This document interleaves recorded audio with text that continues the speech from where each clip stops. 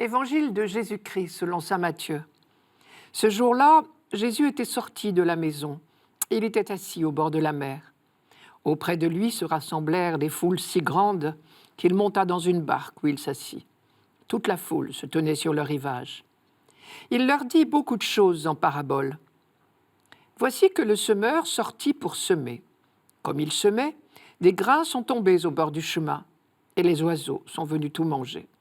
D'autres sont tombés sur le sol pierreux, où il n'avait pas beaucoup de terre. Ils ont levé aussitôt, parce que la terre était peu profonde.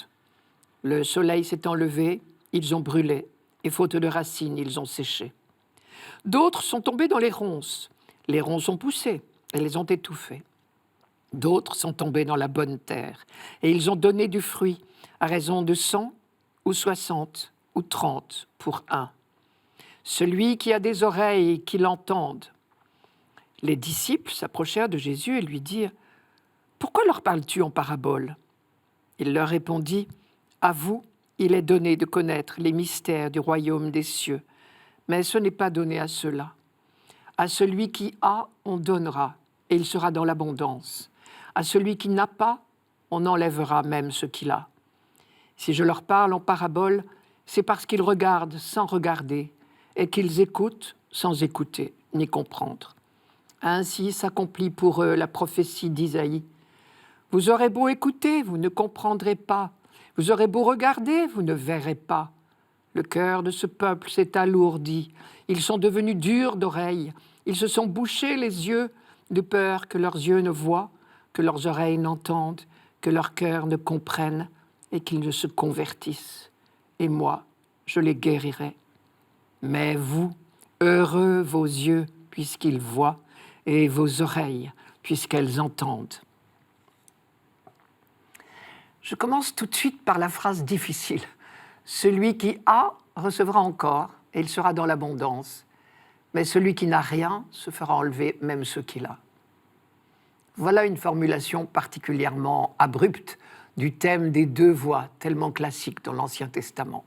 Je vous rappelle ce thème des deux voies. On peut comparer l'existence humaine à un chemin qui débouche sur une grande route perpendiculaire. Quelle direction prendre ? À gauche ou à droite ? Si nous prenons la bonne direction, la bonne voie, chaque pas que nous faisons dans ce sens nous rapproche du but. Donne au sage et il deviendra plus sage. Instruis le juste et il augmentera son acquis, dit le livre des Proverbes. Mais si par malheur nous choisissons la mauvaise direction, chaque pas fait dans ce sens nous éloigne du but.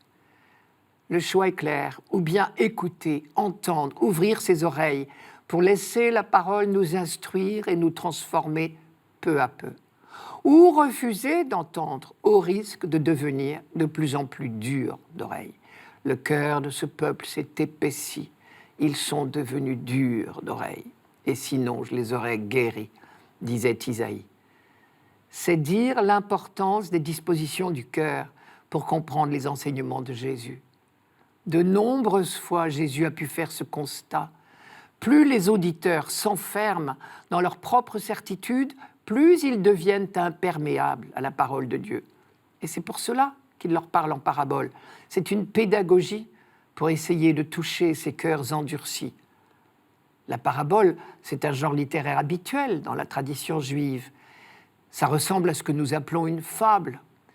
Son but est toujours pédagogique. Il s'agit d'amener l'auditeur à changer de point de vue. La parabole du semeur apparaît alors plus clairement, comme une illustration des obstacles que rencontre la prédication évangélique. Jésus est la parole de Dieu venue habiter parmi les hommes. Il ne dit que la parole du Père. Cette parole que vous entendez, elle n'est pas de moi, mais du Père qui m'a envoyé, disait-il le dernier soir. Mais sa parole trouve difficilement le terrain favorable dans lequel elle va pouvoir germer. Il y a d'abord les difficultés inhérentes à tout chemin de conversion.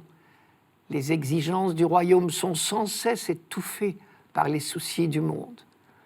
Mais il y a aussi, plus profondément, les difficultés pour les contemporains de Jésus de lui faire confiance au point de le reconnaître comme le Messie.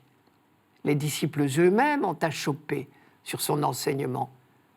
Saint Jean, rappelez-vous, nous a rapporté leur réaction au fameux discours sur le pain de vie à Capharnaüm. Je cite, « Après l'avoir entendu, beaucoup de ses disciples commencèrent à dire « Cette parole est rude, qui peut l'écouter ?»